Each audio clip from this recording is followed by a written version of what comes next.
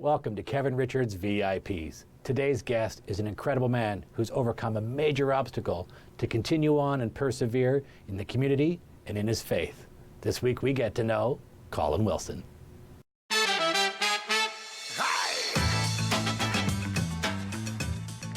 So we're sitting here in Colin's beautiful home here in Barrie. Colin, I've wanted to have you on as a guest last season. I'm glad you're finally on this season. You are a busy guy. You've got lots of things on the go. Thank you for being on the show. Thank you. It was a pleasure to be on your show. So let's sort of unpack this a little bit. You've got a whole plethora of things that you've done in this town. So let's just start off with, how'd you get to Barrie? What brought you to Barrie first? I was taking art at Georgian College back in '84. So I came here. I moved here shortly after I had my motorcycle accident during the teacher strike. So I returned to actually the hospital for about 5 months, and returned to Georgian College again in the following fall. So it was a busy year for me. A lot of life-changing experience, I'll say. So you were about how old at that time? 18. And when was your accident? So let's go right to that.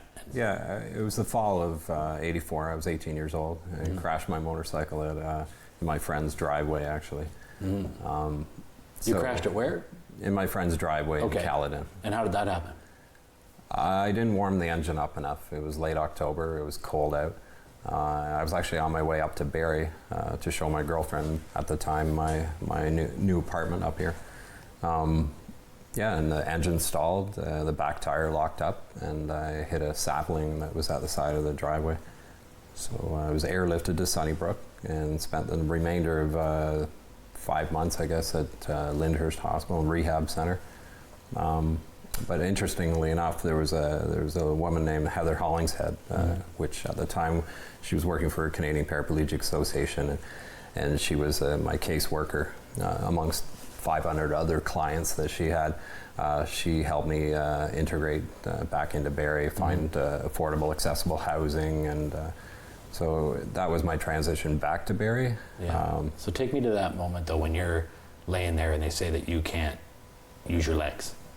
What's that moment like? Because there's everybody always tries to portray it in a movie or some military movie, and it's always like that. But what's it really like? I knew I was injured very badly. I couldn't feel a thing below my chest at the time.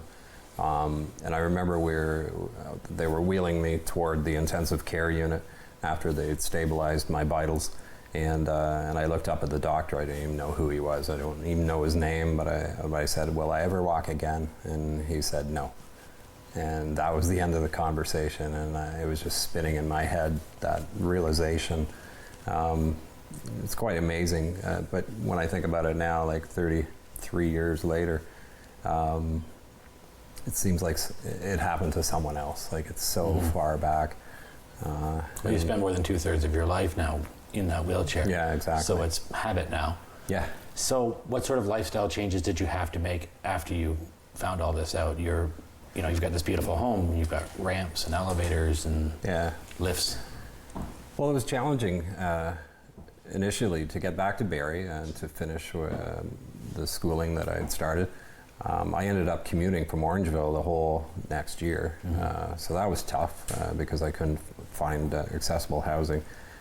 My parents' home had to be modified slightly.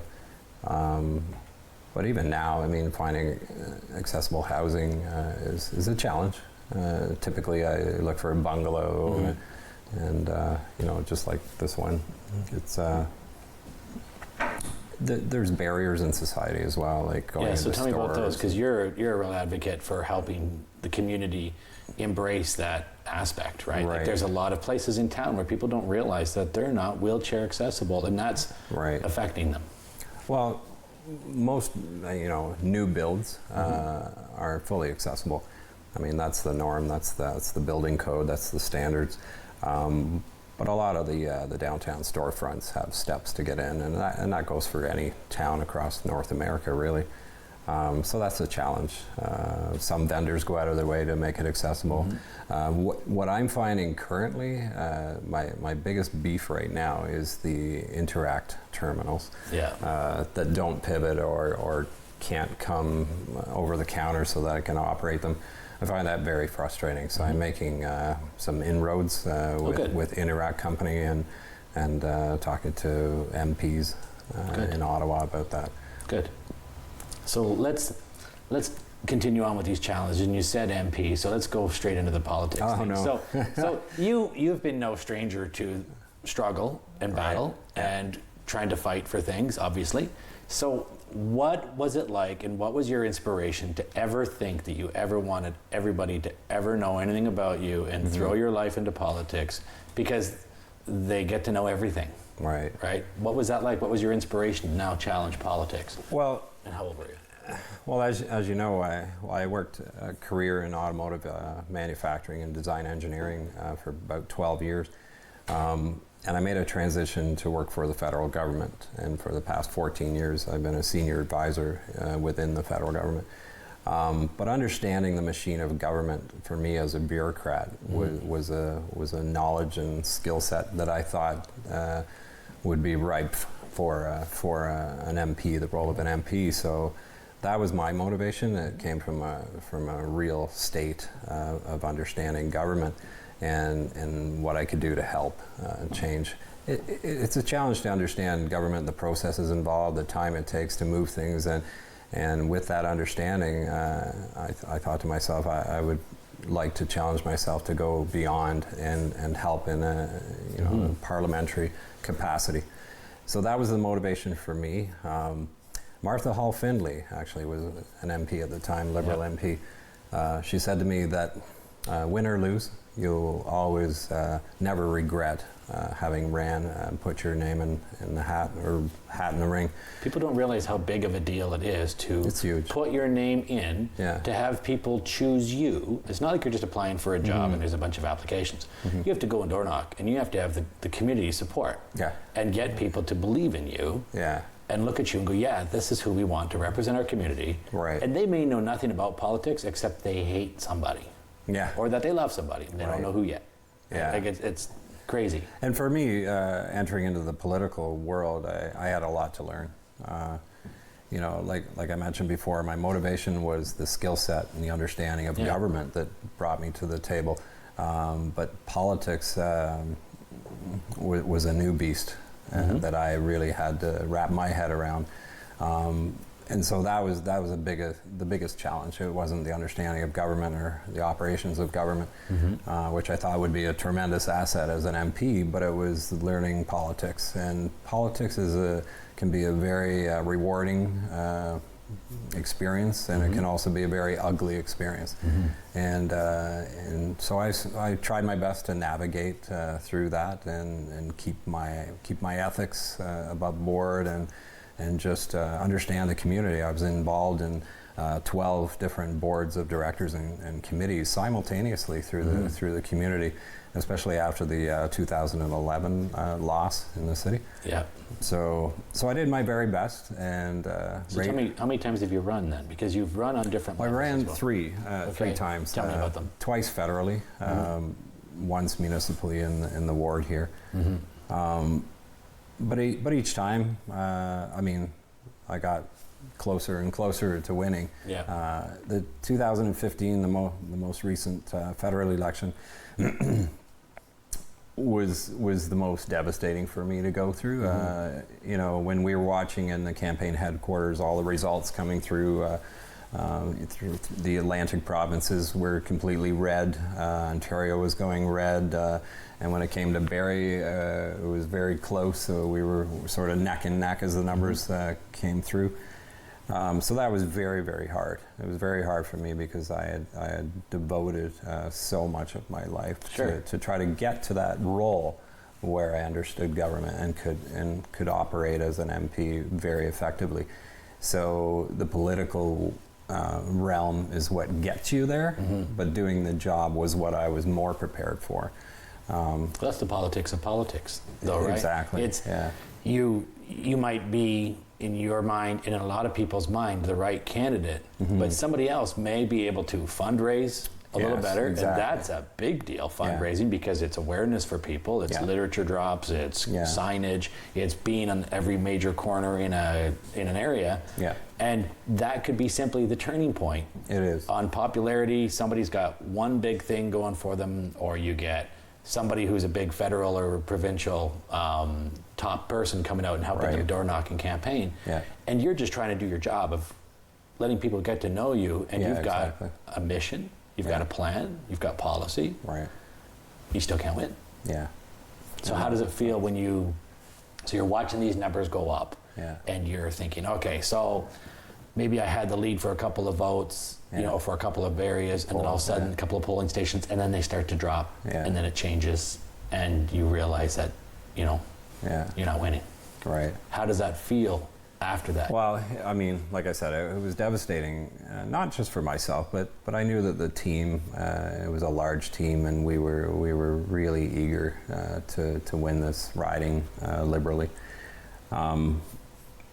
But personally and emotionally, it was it's hard because you position yourself, you set your goals, you see yourself in the future in a certain capacity, right? And when that changes overnight, it's a big change. Well, especially when you've convinced yourself that you can win it.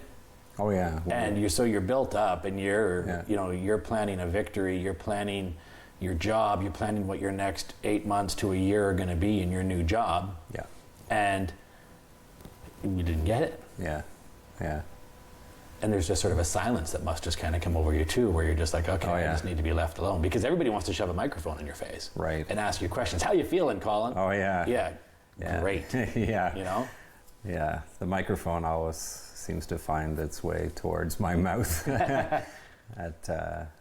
at the most difficult times. But people don't understand the devastation, because it's more personal than anything you could probably do in your life, really, to put yourself out and put your name on a ballot and be that person trying to convince people to understand you. And there, like I said earlier, there's people who already don't like you simply because it's kind of like cheering for Toronto and Montreal, right? Let's just say the Conservatives are Toronto and Liberals are Montreal. You'll never get these people to really switch, right? Right. And if you're lucky, hopefully you'll get every supporter out for you, because again, the internal politics of politics is making sure the federal riding and the Liberal riding, or in the provincial riding, get along. Yeah. Because if they come out and support you in droves, you could win. Yeah. But if there's any little glitch, anybody who just doesn't like you internally, it's tough. It's a tough win. Yeah. So tell me what happened after that. So what have you been doing since then? Because this was now going on to almost 3 years ago now. Yeah, well, I returned to work, working for the federal government, serving Canadians, and there's been a lot of changes. I was able to manage to finish my basement. I was working on that so that was my big project at the time. And over the past year and a half, I got back into, things that were important to me personally. Faith. Well, the faith has been a big thing, because I've seen some of your Facebook posts, just because you're not a big obnoxious guy about it. You're very subtle in some of the things that you do, and I don't think enough people understand that people who go to church or have faith aren't fanatics.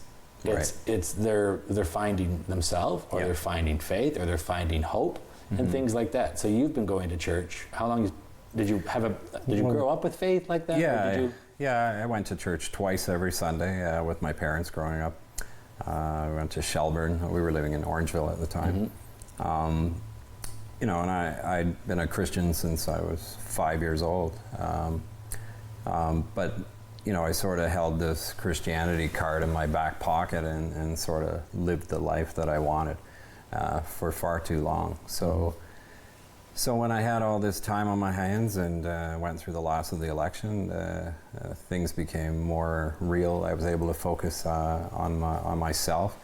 And faith had always been a big part of my life, but I'd never really truly surrendered myself to faith. And well, do you find it's hard nowadays for people to say that they're Christian when there's so many things going on that are so anti-Christian?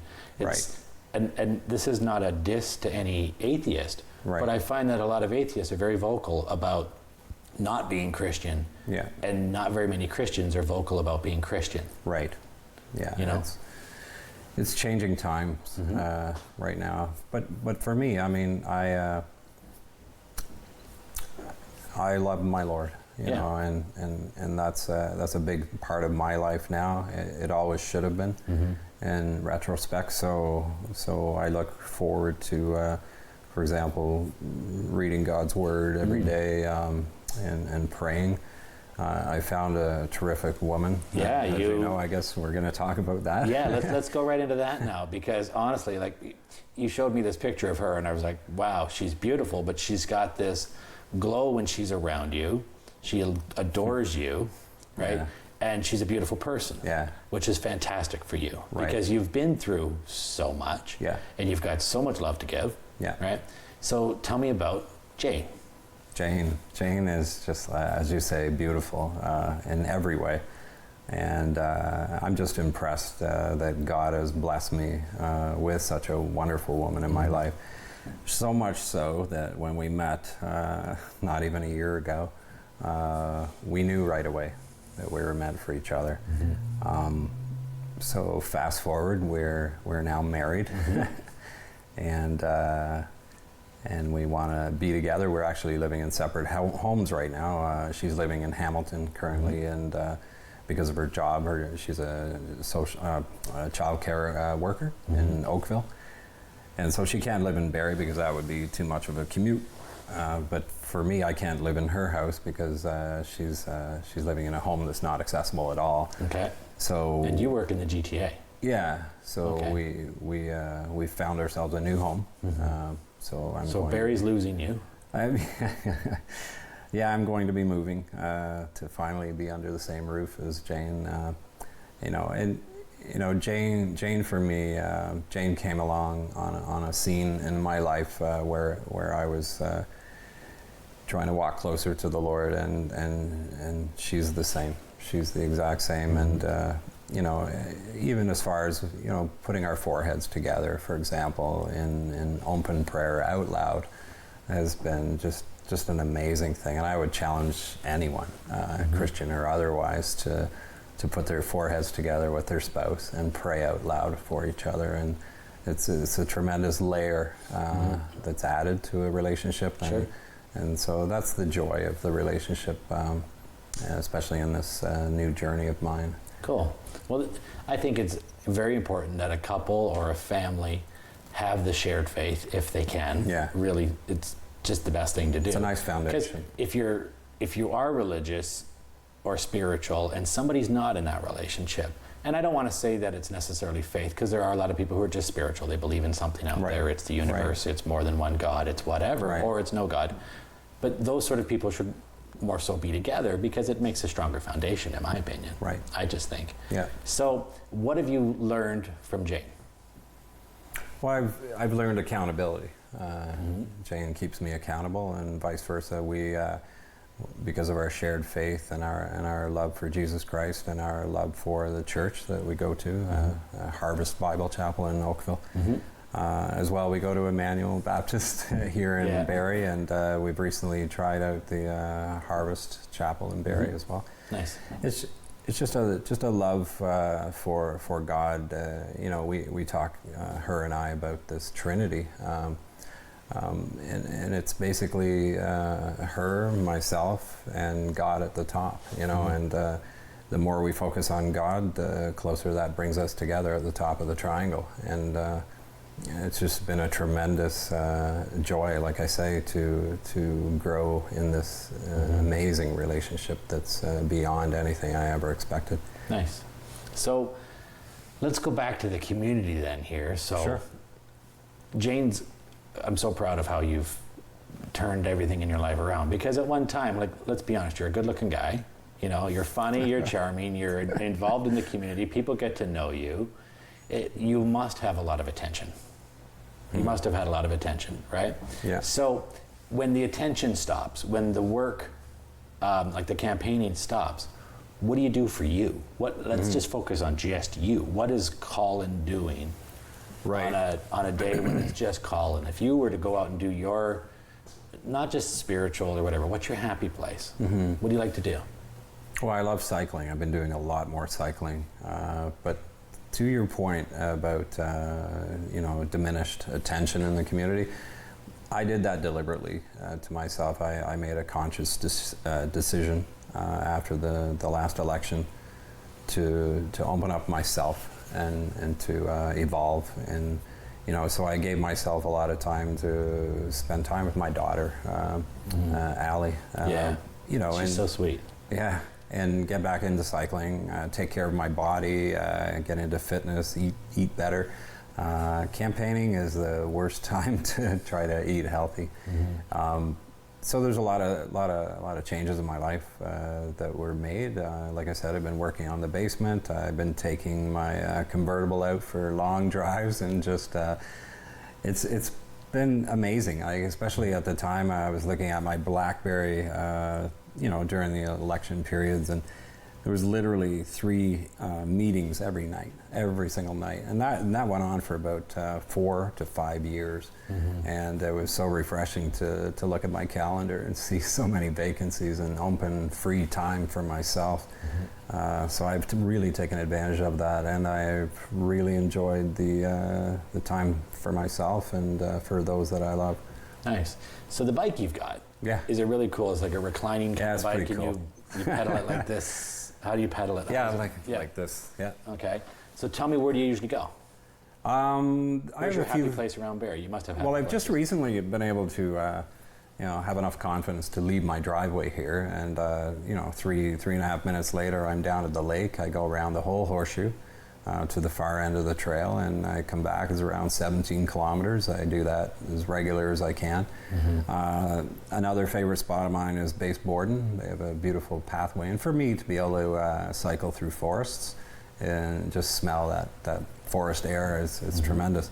Another excellent trail that I was introduced to by my friend Eric was the trail from Wabashing to Midland. Mm-hmm. I think it's the Tay Trail, I think it's called, but that's a fantastic one. So Jane, I bought her a bicycle for her birthday. Yeah.